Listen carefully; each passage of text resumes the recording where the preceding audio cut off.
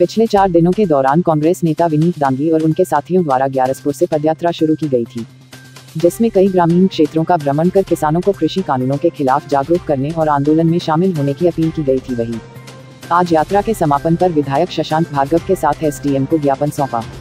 ज्ञापन के जरिए राष्ट्रपति से इन तीनों कानूनों को वापस लेने की मांग की है।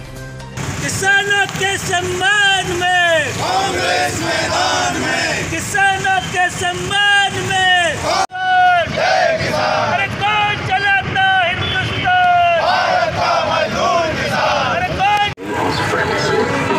ठीक है मेरा रंग दे बसंती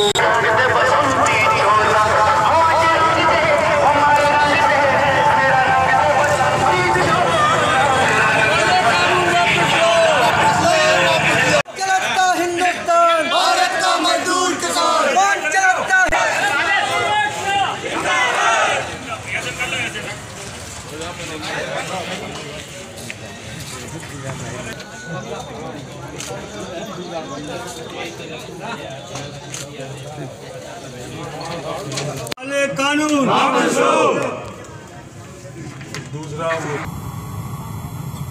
जैसा कि हम सब जानते हैं कि पिछले 1 साल से हमारे किसान भाई दिल्ली के चारों तरफ बॉर्डर पर बैठे हुए, उन्हीं के समर्थन में पूरे हिंदुस्तान के किसानों को जगाने के लिए और हमारे विदिशा जिले के किसानों को जगाने के लिए और आंदोलन में शामिल होने के लिए विनीत दांगी जी द्वारा ये पदयात्रा का आयोजन ग्यारसपुर से प्रारंभ करके आज विदिशा में समापन किया जा रहा है। आज हम सब लोग एसडीएम महोदय के माध्यम से महामहिम राष्ट्रपति महोदय को ज्ञापन प्रस्तुत कर रहे हैं कि वो अपनी शक्तियों का प्रयोग करके इस काले कानून को वापस लेने के लिए केंद्र सरकार को आदेश दे। एक बात और आज सामने आई है कि डीएपी की बहुत कमी पूरे प्रदेश में है। विदिशा जिले को ना के बराबर डीएपी मिल रहा है। मात्र 1050 टन डीएपी इस सीजन में आया है। हमारी मांग है सरकार से कि डीएपी की पूर्ति तुरंत की जावे और साथ में जो एक जालसाजी किसानों के साथ की जा रही है, एक टैगिंग की जा रही है, एक जैविक नाम खाद के नाम पर 650 रुपये प्रति बोरी के हिसाब से किसानों को छला जा रहा है, उसको बंद किया जाए और वो बोरी की जांच हो कि उसमें क्या है। उसमें के ऊपर लिखा है 25% मॉइस्चर और बाकी 2-4 चीज़ों के नाम और लिखे हैं। अगर 25% मॉइस्चर का मतलब ये होता है कि जो गीलापन है उसमें 25% है, तो 75% थोड़ा बहुत उसमें खाद गोबर मिला है, उसके 650 रुपये छल रहे हैं सरकार।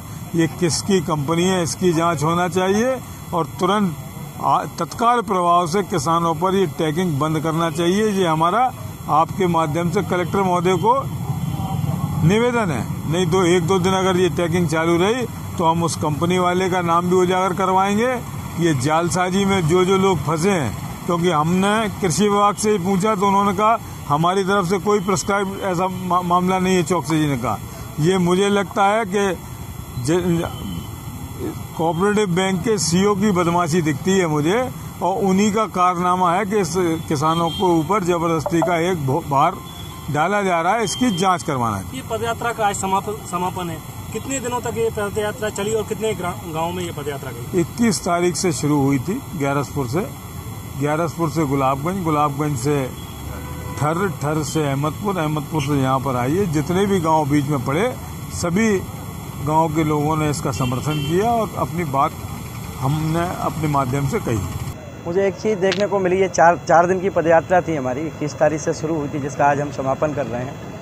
आज किसानों पर जो जुल्म अत्याचार बढ़ रहे हैं, उनकी जो लागत मूल्य खेती की जो बढ़ रही है, आज किसान हमें जब चर्चा में मिले, पदयात्रा में जो किसान मिले, उनका कहना है कि जो 2012-13 में हमें जो खाद मिलता था 588 रुपये का खाद मिलता था, जिसकी हमें सब्सिडी मिलती थी, आज वो करीबन 4 गुना रेट उसके हो गए। उसकी लागत मूल्य 400% बढ़ गई। कृषि यंत्रों की कीमत करीबन 200% बढ़ गई है। डीजल की कीमत करीबन 200% बढ़ गई है।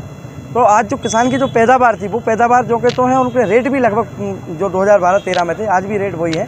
तो किसानों का कहना है कि इस तरह से हम खेती नहीं कर पाएंगे। ये हमारे लिए लाभ का धंधा ना बन के हमारे लिए आत्महत्या को प्रेरित करने वाली खेती बन जाएगी।